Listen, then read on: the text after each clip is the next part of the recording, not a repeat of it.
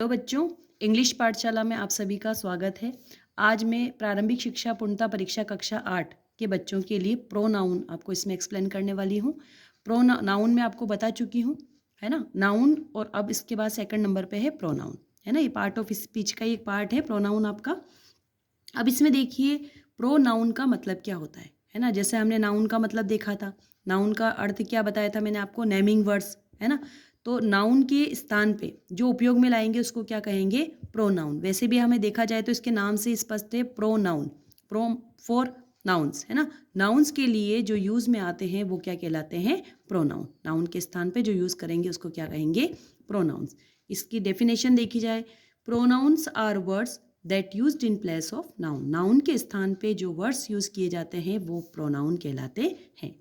अब हम देखेंगे कि प्रोनाउंस के टाइप कौन कौन से होते हैं, कितने प्रकार के प्रोनाउंस होते हैं। ठीक है, तो पहला आता है पर्सनल प्रोनाउन। पर्सनल प्रोनाउन क्या है, जैसे I, we, you, they, he, she, it. ये किसी पर्सन के लिए जहाँ यूज़ किया जाता है वो क्या कहलाता है, पर्सनल प्रोनाउन। अब आप सोचेंगे कि जैसे I, we, you, they, he, she, है ना, लेकिन इट तो हम निर्जीव चीज़ों के लिए यूज़ करते हैं। लेकिन कई बार ऐसे कुछ जेंडर्स होते हैं जिनको हम क्लियर नहीं कर पाते, एनिमल्स वगैरह कुछ ऐसे होते हैं जहाँ पे हमें इट का प्रयोग करना होता है। तो ये सारे हमारे पर्सनल प्रोनाउन होते हैं। जहाँ पे नाम आएगा, जैसे आ गया राधा, तो हम उसी को दोबारा यूज़ करना है तो हम क्या लगा देंगे, शी। कोई नाम आ गया राहुल, बार बार राहुल राहुल राहुल कहने से अच्छा है कि हम उसकी जगह क्या लगा दें, pronoun he.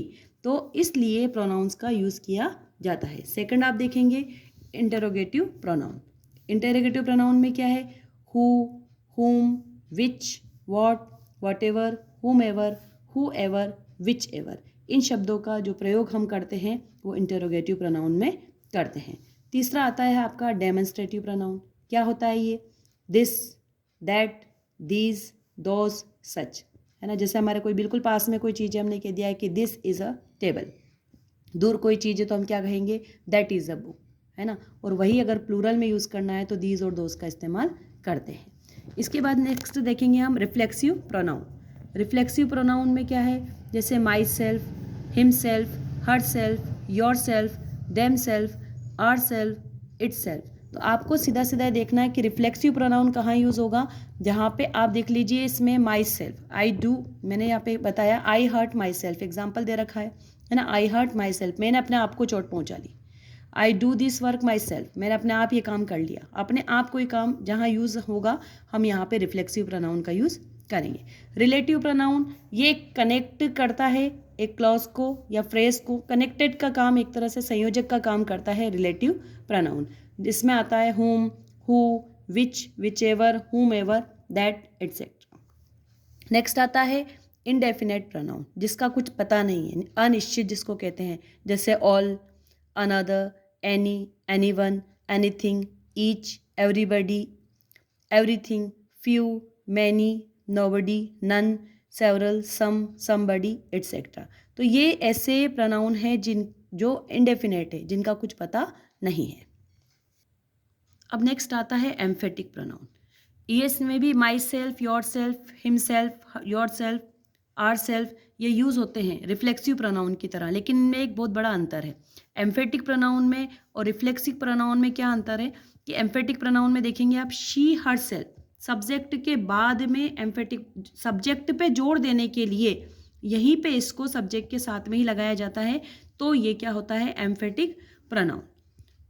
She her self open the door, उसने खुद ने दरवाजा खोला। तो ये हर सेल्फ किस चीज़ को शो कर रहा है, किस पे, ये शी, मतलब जो सब्जेक्ट है उस पे जोड़ देने के लिए शी के साथ हर सेल्फ लगाया गया है। तो एम्फेटिक प्रोनाउन का यूज़ यहाँ होगा। रिफ्लेक्सिव प्रोनाउन में आपको बता चुकी हूँ कि शी, हर सेल्फ यहाँ पे हमने यूज़ किया है, और वहाँ पे भी ये सेम वर्ड्स यूज़ होंगे, लेकिन हमें रिफ्लेक्सिव में और एम्फेटिक में कन्फ्यूज़न नहीं होना चाहिए। नेक्स्ट आता है डिस्ट्रीब्यूटिव प्रोनाउन। ये क्या है, जैसे ईच, आइदर, नाइदर, नन। ये जो वर्ड्स हैं ये डिस्ट्रीब्यूटिव प्रोनाउन के लिए आते हैं, जैसे ईच बॉय, है ना।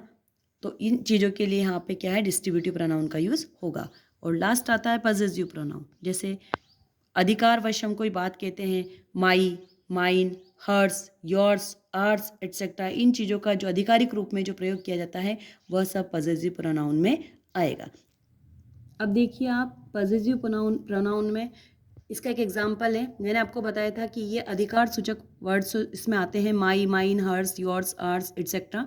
तो इसका एग्जाम्पल है दिस बुक इज़ माइन, ये बुक मेरी है। तो इस तरह का जो यूज़ होगा वो पॉजिटिव प्रोनाउन होगा। इसी तरह डिस्ट्रीब्यूटिव प्रोनाउन मैंने आपको बताया ईच, इधर, नीदर, नन। तो आप इसका एग्जाम्पल देखिए, इधर आई विल कम, या तो मैं आऊँ माई सेल्फ, और आई विल सेंड समवन, या फिर मैं किसी और को भेजूँ। तो इस तरह से इन प्रोनाउंस का यूज़ होता है, जो आपको बहुत ही इजी तरीके से मैंने बताया है। ओके, तो ऐसी ही और वीडियोस के लिए आप मेरे चैनल को सब्सक्राइब करें, और अगर आपको ये वीडियो पसंद आया हो तो लाइक करें। कमेंट बॉक्स में आप मुझे ज़रूर बताएं कि और आपको किन चीज़ों की वीडियोस चाहिए।